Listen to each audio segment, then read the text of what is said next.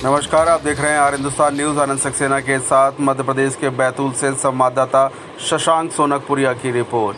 मध्य प्रदेश के बैतूल जिले में केंद्रीय मंत्री और बैतूल सांसद दुर्गादास उइके के संसदीय क्षेत्र में जनता का गुस्सा सातवें आसमान पर पहुंच गया है।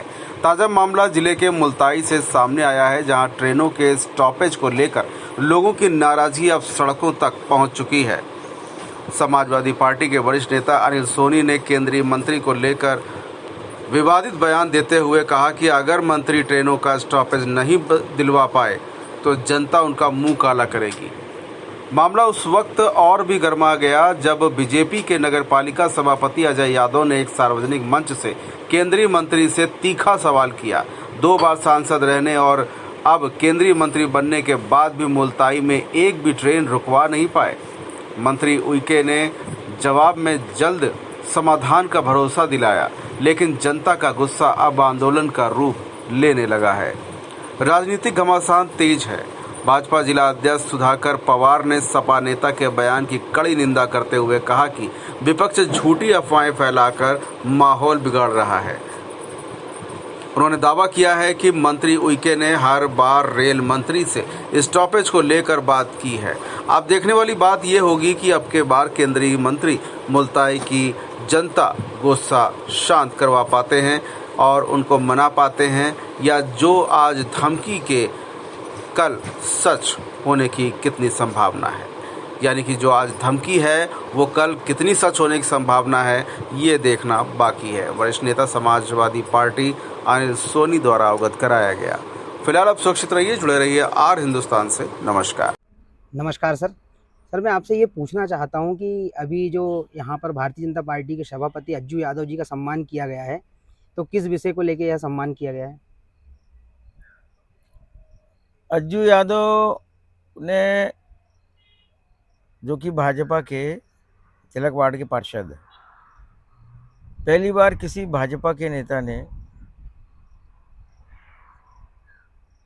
सांसद मंत्री डीडी उइके जी से सवाल किया कि 17 साल हो गए आपने मुल्ताई वासियों के लिए, मुल्ताई तहसील वासियों के लिए ट्रेनों का स्टॉपेज आपने करके नहीं दिखाया।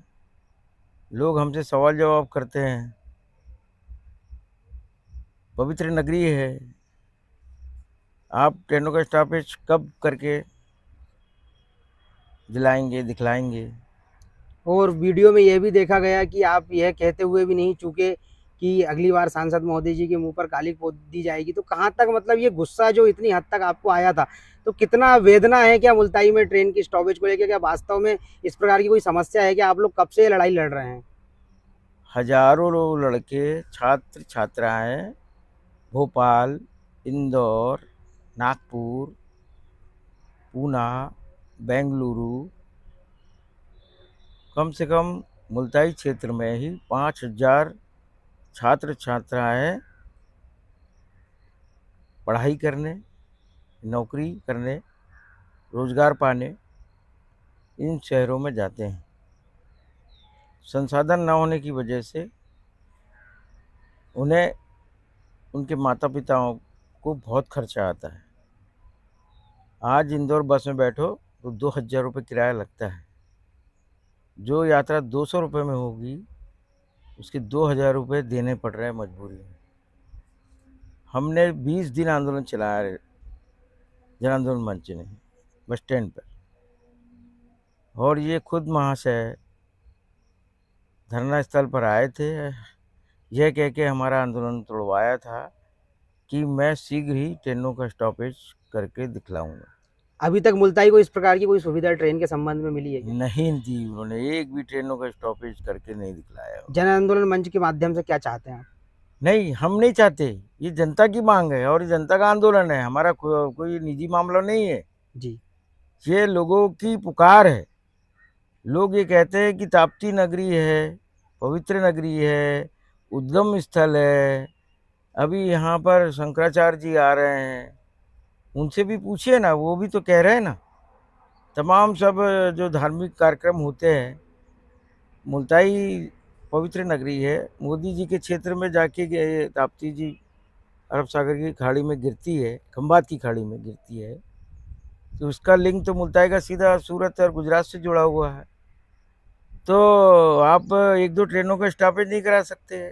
आप बहुत लल्लो चप्पो लोगों को बुद्धू बनाने का काम करते हैं, मूर्ख बनाने का काम करते हैं, कंधे पे हाथ रखते हैं, गायत्री मंत्र के दो चार जाप सुना के सामने वाले को फुसलाते हो, बेवकूफ़ बनाते हो, बड़ी लच्छेदारी बातें मन से करते हो, ऐसे ऐसे घुमावदार शब्द बोलते हैं तो लोगों को लगता है बहुत ज्ञानवान है, पर तो इस चेहरे के पीछे एक चेहरा है, वो धूर्त चेहरा है।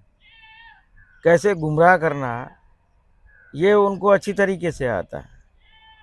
अब उन्होंने अब पूरे बैतूल ज़िले में यात्री प्रतीक्षालय दिए।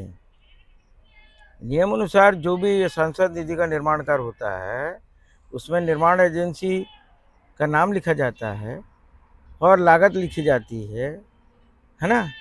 आपने सारे काम एमपी एग्रो से करवाए, आपने सरपंच को एजेंसी नहीं बनाई, और गांव में आप बोलते हो कि गांव में से जो वोट मिले हैं सरपंच सचिव और गांव वालों की मेहरबानी से आप जीते हैं मोदी जी के नाम से।